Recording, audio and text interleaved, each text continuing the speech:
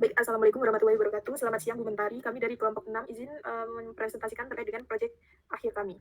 Dengan anggotakan saya sendiri Amar Maulika, kemudian rekan saya Adinda Putri, kemudian Andini Dwi, dan Afriza Febrian. Selanjutnya akan dijelaskan oleh teman saya. Selanjutnya ada bab 1 gambaran umum usaha. Pertama itu profil UMKM, nama perusahaan itu Somils, alamatnya di Jalan Raya Kelampok nomor 158 Kerajaan, Kelampok, Kecamatan Singosari, Kabupaten Malang.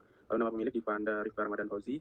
Visi dan misi, visinya menjadikan Somils sebagai cemilan premium yang inovatif, berkualitas dan berdaya saing serta memberikan dampak positif bagi masyarakat, khususnya dalam pemberdayakan perempuan untuk mencapai kemandirian finansial melalui peluang usaha yang berkelanjutan. Lalu untuk misinya yang pertama menciptakan produk susu kering dan kue kering yang berkualitas tinggi, yang kedua mendukung pemberdayaan perempuan, yang ketiga memanfaatkan digital marketing dan strategi distribusi yang luas. Next. Lalu sejarah singkatnya, sini usaha ini didirikan pada Oktober 2020 oleh Divananda Rifka Ramadan Fauzi dan kakaknya Novi Handayani. Awalnya produksi dilakukan di Jember, tanpa Divananda mendukung pendidikan, dan kemudian dipasarkan di Malang. Next. Deskripsi pemasarannya di sini target pasarnya itu perempuan usia 18 sampai 35 tahun dengan penghasilan menengah ke atas. Penjualan dilakukan melalui berbagai kanal termasuk penjualan langsung ke pelanggan, reseller, kerjasama dengan toko oleh-oleh dan hotel, serta pemasaran digital melalui e-commerce dan media sosial.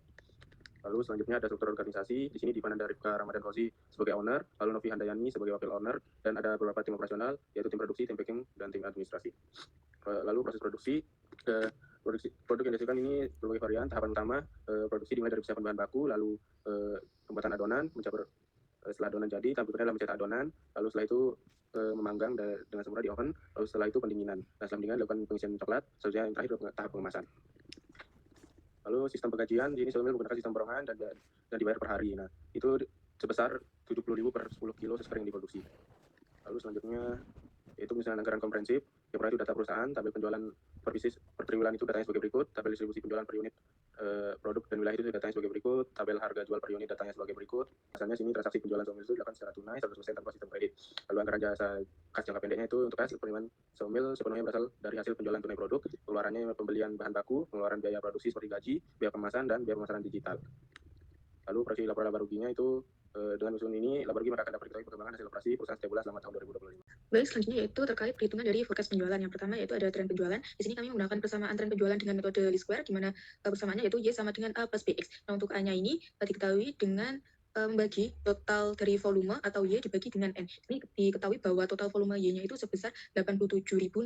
Jadi untuk data volume penjualan ini dari data yang sebelumnya. Terus untuk N-nya ini totalnya sebesar 20, jadi untuk A-nya itu 87.600 dibagi dengan 20 sama dengan 4.380. Lalu untuk yang B-nya itu merupakan penjumlahan dari total XY dibagi dengan total X kuadrat. Nah, untuk total XY-nya itu sebesar 554.200, ini diperoleh dari perkalian Y, volume Y dikali dengan X, lalu untuk total X kuadratnya ini 2.660, sehingga untuk total B-nya itu sebesar 208,35. Jadi untuk persamaan tren Y-nya ini sama dengan 4.380 ditambah dengan 208,35 kali X. Nah, misalnya untuk tahun 2020 di triwulan 4 ini kan volumenya ke atas.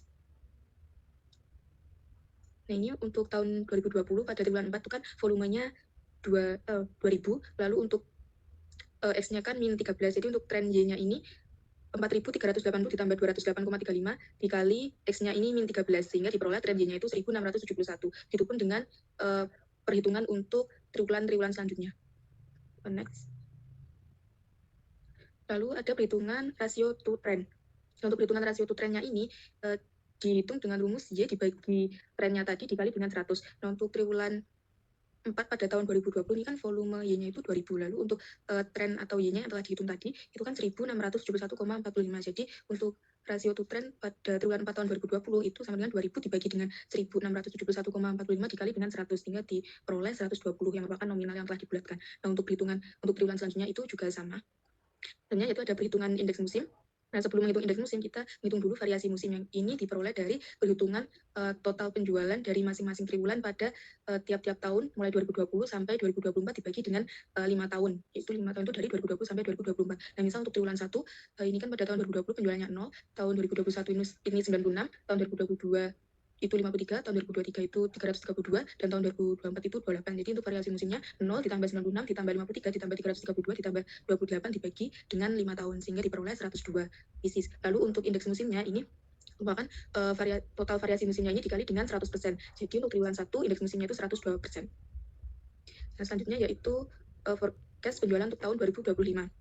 Nah, di sini untuk tren 2025 itu perhitungannya sama seperti yang tadi, yaitu dengan persamaan Y sama dengan 4.380 ditambah 208,35 dikali dengan X. Nah, di sini kan misal pada triwulan 1 tahun 2025 itu kan X-nya 21. Jadi untuk trennya itu 4.380 ditambah 208,35 dikali dengan 21 sehingga diperoleh 8.755. Nah, untuk indeks musimnya itu diperoleh dari perhitungan yang sebelumnya tadi, yang indeks musim, yaitu di triwulan 1 sebesar 102%. Jadi untuk volume penjualan pada triwulan 1 tahun 2025 itu 8.755 dikali dengan 102%, itu diperoleh 8.930. Lalu selanjutnya ada rencana penjualan. Yang pertama itu distribusi penjualan untuk wilayah pemasaran tahun 2025. Di sini kan penjualannya itu 100% online, dan di sini ada variasi produknya sus kering isi coklat dengan penjualannya itu sebesar 65% dari total, dan sus kering isi tiramisunya 35% dari total. Dan di sini diketahui untuk triwulan 1 volume totalnya itu 8.930. Lalu untuk sus kering isi coklatnya ini kan 65%, jadi dari volume total itu dikali dengan 65%, sehingga untuk triwulan 1 untuk sus kering isi coklat itu sebesar 5.805. Nah, untuk sus kering isi tiramisu itu 8.930 unit dikali dengan 35%, yaitu 3.126. Nah, begitu pun dengan perhitungan pada triwulan selanjutnya. Dan diketahui untuk total penjualannya untuk sus kering isi coklat pada tahun 2025 itu sebesar 21.143 pieces, dan untuk sus kering isi tiramisu itu sebesar 11.384 unit. Nah, selanjutnya itu ada anggaran penjualan perusahaan. Nah, ini yang pertama untuk sus kering isi coklat pada tahun 2025 di triwulan 1 itu kan penjualannya sebesar 5.805. Lalu untuk harganya itu 25.000 per unit. Jadi untuk jumlah penjualannya itu jumlah penjualan dikali dengan harga per unit, sehingga diperoleh harga Rp145.119.126. Lalu untuk triwulan selanjutnya juga sama, sehingga untuk total penjualannya untuk sus kering isi coklat yaitu sebesar Rp528.563.368. Nah, untuk sus kering isi tiramisu juga sama dan harganya juga sama 5.000. Jadi diperoleh untuk sus kering isi tiramisu itu totalnya Rp284.611.044. Nah, selanjutnya itu ada anggaran produksi.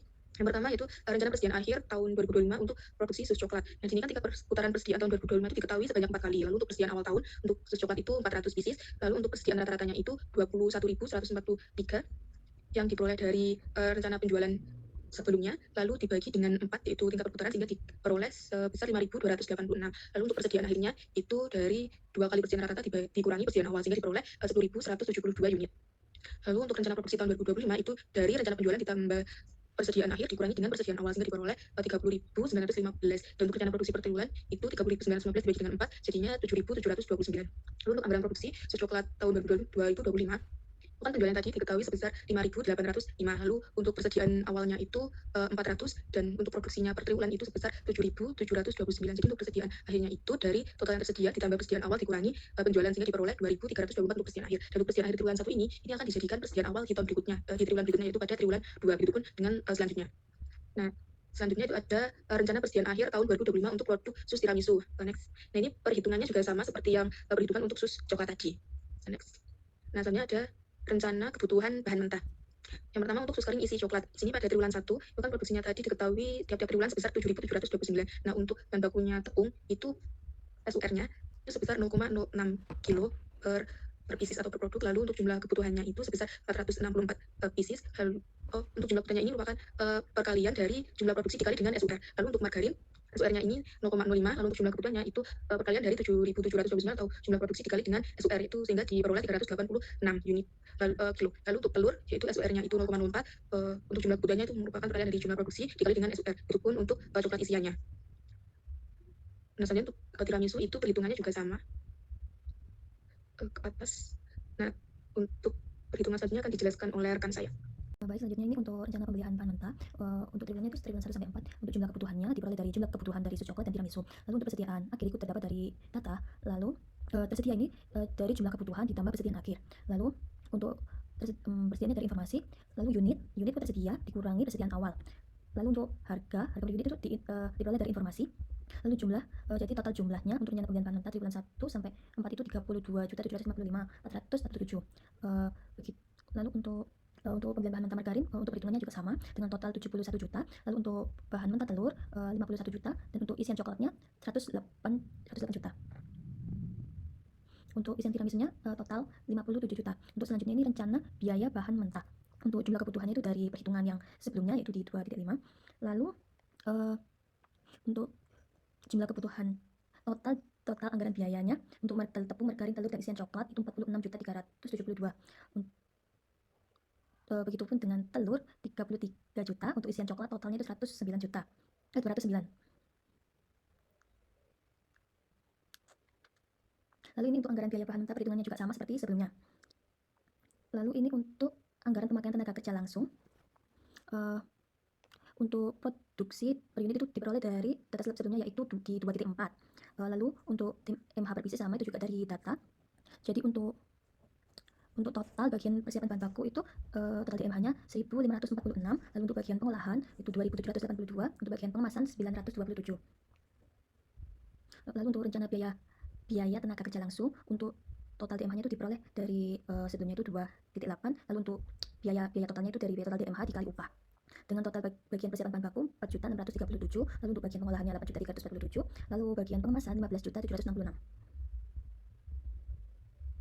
Lalu untuk bagian persiapan bahan baku dengan total 1.986, lalu bagian ini untuk khusus kering tiramisu ya, bagian persiapannya 1.900, untuk bagian pengolahannya 3.900, dan bagian pengemasan 7.400. Baik, selanjutnya yaitu rencana POP. Di sini ada beberapa bagian proses. Yang pertama yaitu persiapan bahan baku. Nah, untuk depresiasi bangunan ini dicarinya itu dari 20 itu luas bagian 1 dibagi dengan total luas bangunan 80, kemudian dikali dengan depresiasi bangunan 50 juta. Totalnya adalah 12.500.000. Untuk depresiasi mesin ini adalah total mesin yang digunakan pada bagian persiapan bahan baku. Totalnya itu 1.200.000 sekian. Kemudian untuk proses 1 ini kebetulan tidak ada TKTL, dan untuk listrik yaitu penggunaan listrik pada bagian persiapan proses 1 dikali dengan tarifnya, sehingga total pada bagian proses 1 yakni 13.804.960 rupiah. Untuk proses selanjutnya perhitungannya sama, cuma kalau ada TKTL tinggal ditambahkan dengan TKTL-nya.